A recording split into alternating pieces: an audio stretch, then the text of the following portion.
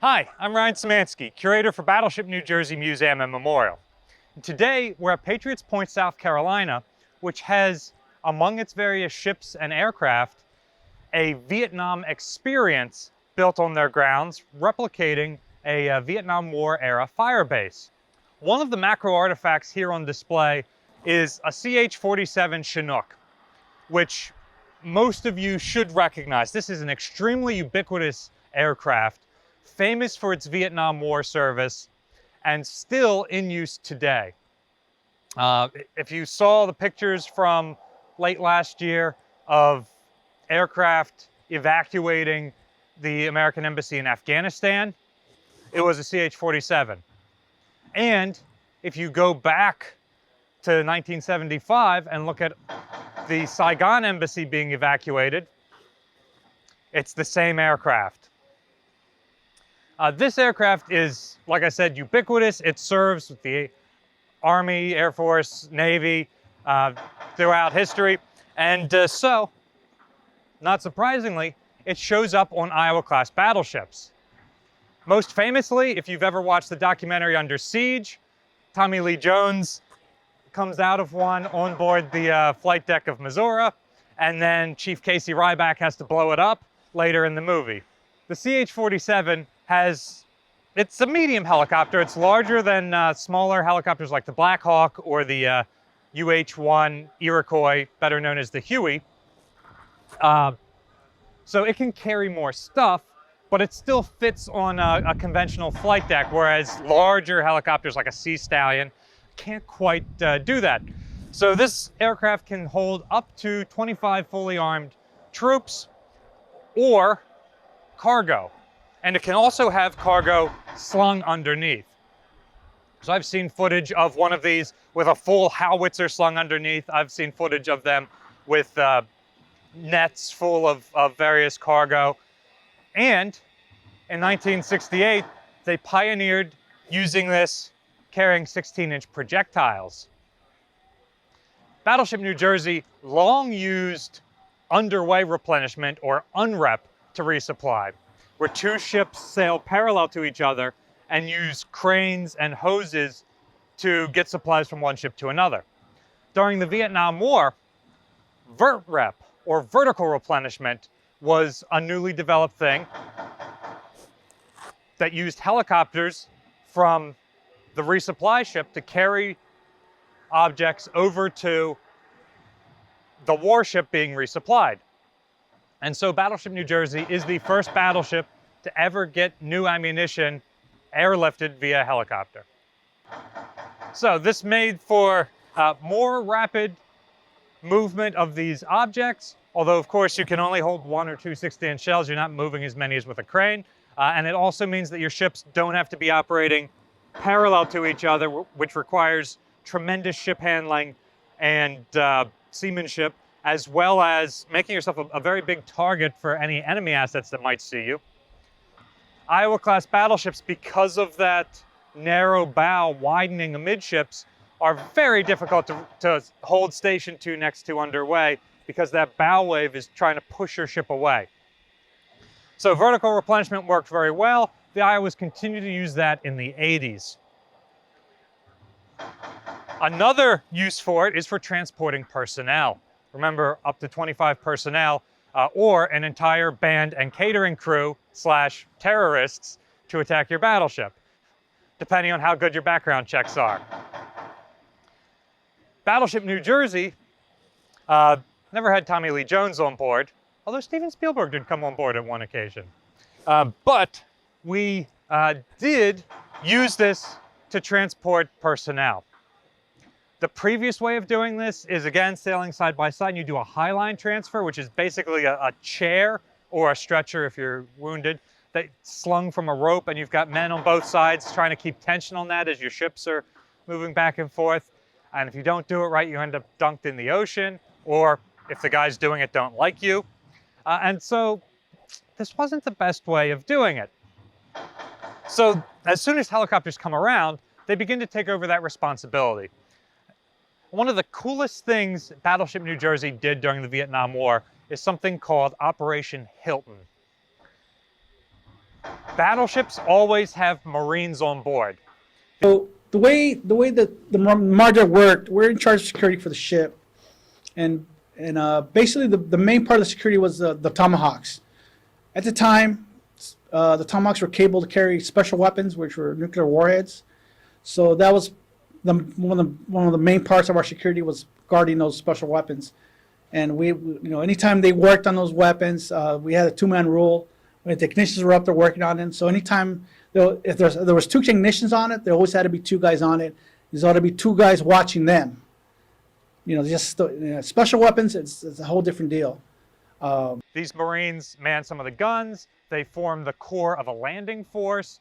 They protect you against random Tommy Lee Jones incursions, and they provide security throughout the ship and do ceremonial duties, including as the captain's orderly.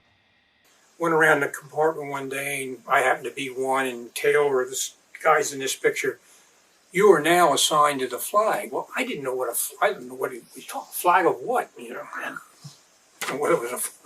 I'm assigned to a flag. Okay. So Sergeant Beverly told us, well, there's an admiral coming aboard. I think his name is whatever. He said, and we're going to be his orderlies. We're assigned to the flag.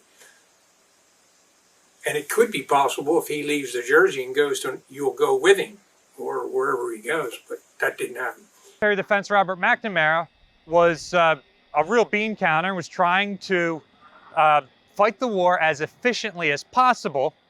And so you see things like the CH-47 being used ubiquitously, the F-4 Phantom being used by all the services, even though it wasn't perfect for any of them. The 40mm Bofors is being used by all the services. Check out this video below about the Army's M42 Duster. But it also meant that he wasn't going to waste basically 2 full platoons of Marines doing ceremonial duties on a battleship when he could send them to Vietnam. So as far as I can tell, Battleship New Jersey's Vietnam War deployment, 1968-1969, was the only time a battleship, an American battleship at least, deployed without Marines on board. Now, Captain Snyder grew up as an officer during World War II. He fights at Saragawa Strait, and he is finally made a captain in charge of the world's only commissioned battleship. And then he is told that he doesn't get one of the perks of being a battleship commander. Now, Snyder is a problem solver. Depending on who you talk to, he also has issues with authority. But the crew absolutely love him, and he uses his problem-solving abilities to figure out how to get Marines on the battleship.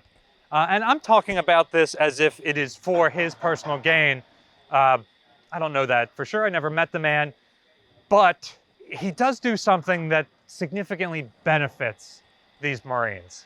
Operation Hilton, named after the Hilton Hotel brand, and no relation to the Hanoi Hilton, where American prisoners of war are held in Vietnam, is something that Captain Snyder comes up with to get Marines from the jungles of Vietnam on board the battleship so that they can sleep in a bed with a mattress and blankets, get dry, take a shower, eat steaks from the chow line instead of eating sea rats, maybe even get some air conditioning depending on what berthing compartment they're in. And so throughout New Jersey's Vietnam Commission, aircraft like the CH-47 Chinook come on board, bring groups of Marines who are able to wash their clothes in ship's laundry and get steak and sleep in beds, and who follow the captain around like orderlies, and then who have to go back to Vietnam. Right outside where my bunk space was. And I remember them, and it probably happened in different locations, but they came in and they were just covered with mud and just collapsed on the floor in the corner just to get off their feet. And we went and got soap and stuff, and so that they could go in and take showers, and they were sobbing. They were so happy that they could just have a break. A lot of this, the Marines would come on board, and we sailors would sit around and talk to them and listen to stories, and not the best stories in the world, but stories about what they went through. And how nice it was to get on a ship and eat some decent food and not have to worry about who's shooting at you and things like that. These guys were, they'd come in and a lot of the guys would get up and clap for them and, salute them, whatever you'd say to them. But the Marines came on board. They were first class to us sailors. Yeah. But crew, I have heard from absolutely love that they were supporting the troops ashore in this way. Snyder got something out of it. The Marines got something out of it. It was a really great service that Battleship New Jersey provided. And I didn't even mention her medical facilities, which probably were able to do a lot of things that the land bases weren't able to for these Marines. So Battleship New Jersey recently acquired our Vietnam War era deck logs. It's probably the rough log. It's handwritten. And it's a day-by-day accounting of what the ship does throughout the Vietnam period, including with numbers of Marines that are brought on board for Operation Hilton. Now, we have not had the chance to read through this whole thing, and being handwritten, it's not transcribed anywhere. It's just a series of scanned pages from the ship's rough log book. But you guys, the viewers, have supported the channel in the past by helping transcribe and log and note things from our World War II deck logs, and also translating and things for exhibits and tour route maps. If you have some free time and would like to volunteer supporting Battleship New Jersey from wherever you are in the world, I've got a link in the description below to an email, education@battleshipnewjersey.org. Reach out to that email and we will set you up with some of these scanned pages and a link to a spreadsheet that you can go through and plug information from those into the spreadsheet. That'll make it easier for us as we're doing research to go through and find, well, how many Marines did come on board throughout Operation Hilton? Was it a fairly wide-ranging thing, or was it just a couple dozen guys? Or how many shells did we fire during the Vietnam War? We've got that number somewhere, but does the log actually match that number? And how many high capacity versus armor piercing versus specialty rounds were fired? So your support would hugely benefit Battleship New Jersey, and we really appreciate it. And it gives you a chance to look through our deck logs and see this primary source and what the ship was doing during her one-year deployment off Vietnam. Battleship New Jersey receives operating support from the New Jersey Department of State, also from a number of other businesses and private individuals like yourselves. Consider donating to supporting the many awesome macro artifacts that Patriots Point has, including their ships, their vehicles, and their aircraft like the CH-47 Chinook. There's a link in the description below to their donate page if you'd like to support them. You can support Battleship New Jersey by liking, sharing, and subscribing so more people find out about our museum and our channel, and by helping transcribe our deck logs. We really appreciate your support, and thank you for watching.